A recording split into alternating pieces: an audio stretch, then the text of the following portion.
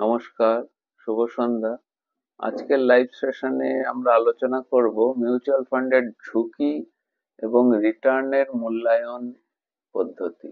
কিভাবে রিটার্নের মূল্যায়ন করবেন। আমার নাম ইন্দ্রনীল।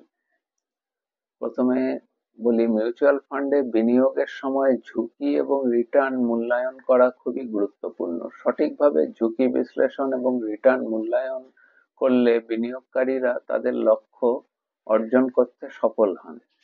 এই প্রবন্ধে ঝুঁকি এবং মূল রিটার্নের মূল্যায়ন পদ্ধতি, মিউচুয়াল ফান্ডের মূল্যায়ন যেটিকে মাপকাঠি সিএজিআর, অ্যাবসলিউট রিটার্ন যেটা, এবং ঝুঁকি ও রিটার্নের মধ্যে ভারসাম্য বজায় রাখার কৌশল নিয়ে আলোচনা করা হবে।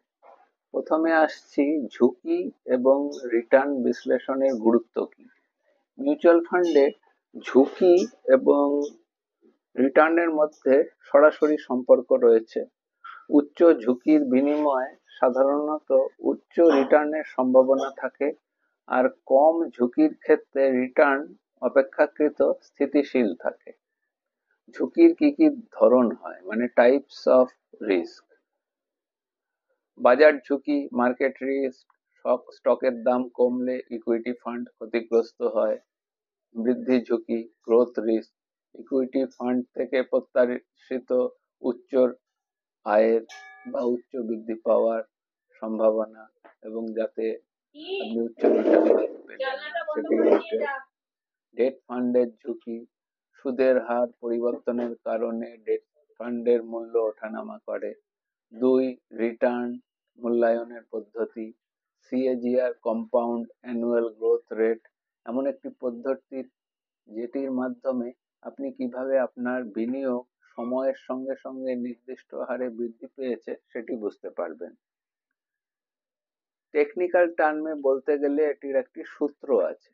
ধরুন, সেই ফর্মুলা ডিটেলসে এখন যাচ্ছি না, আমি আপনাকে সাধারণভাবে জিনিসটি বলছি। যেমন ধরুন, উদাহরণ দিয়ে আপনি 10,000 টাকা বিনিয়োগ করলেন এবং 5 বছরে আপনার সেই মূল্য বেড়ে 15,000 টাকা হলো। তাহলে আপনার সিএজিআর হবে, কম্পাউন্ড অ্যানুয়াল গ্রোথ রেট হবে 8.45%, প্রায় 8.5%।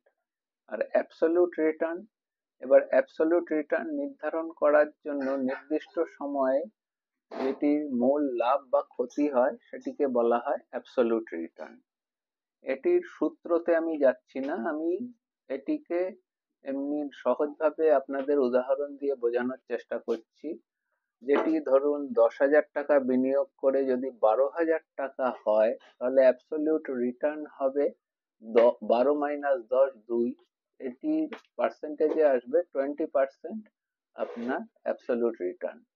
মান, ভ্যালুয়েশন, মিউচুয়াল ফান্ডের নেট অ্যাসেট ভ্যালু ন্যাভ যেটাকে দেখে মূল্যায়ন করা হয়।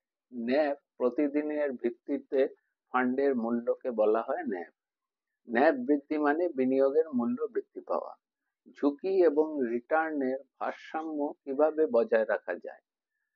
ডাইভার্সিফিকেশনের মাধ্যমে। ডাইভার্সিফিকেশন মানে আপনি আপনার ফান্ডটিকে বিভিন্ন জায়গায় ছড়িয়ে বিভিন্ন ফান্ডে বিন্যাস করে দিলেন, সেটিকে বলা হয় ডাইভার্সিফিকেশন। ঝুঁকি কমাতে এবং বিভিন্ন সেক্টরে বা সম্পদে বিনিয়োগ করলে আপনার ঝুঁকিটি কম থাকবে। যেমন উদাহরণস্বরূপ, আপনি যদি ইকুইটি, ডেট, গোল্ড ইত্যাদি মিশ্র ফান্ডে আপনি বিনিয়োগ করেন, তাহলে আপনার ঝুঁকি অপেক্ষাকৃত কম হবে।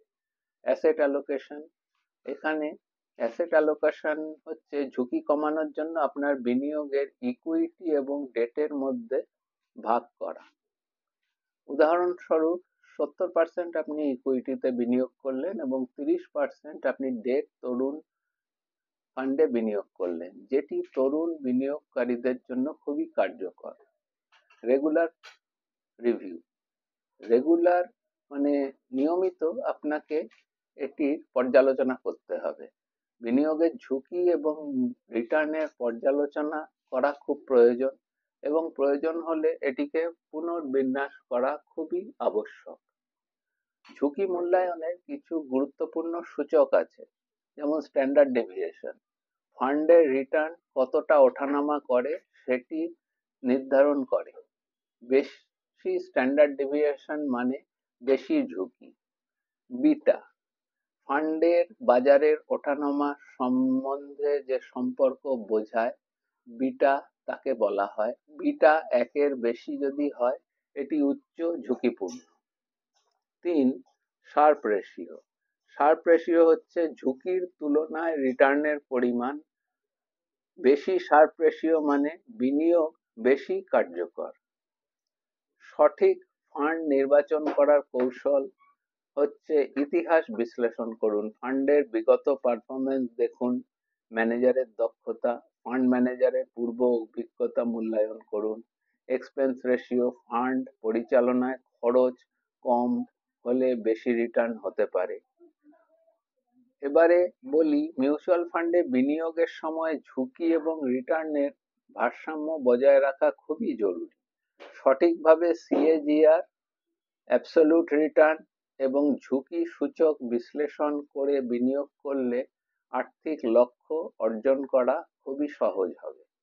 বাজার বিশ্লেষণ, পেশাদারি পরামর্শ, ধৈর্য বিনিয়োগের সাফল্যের চাবিকাঠি।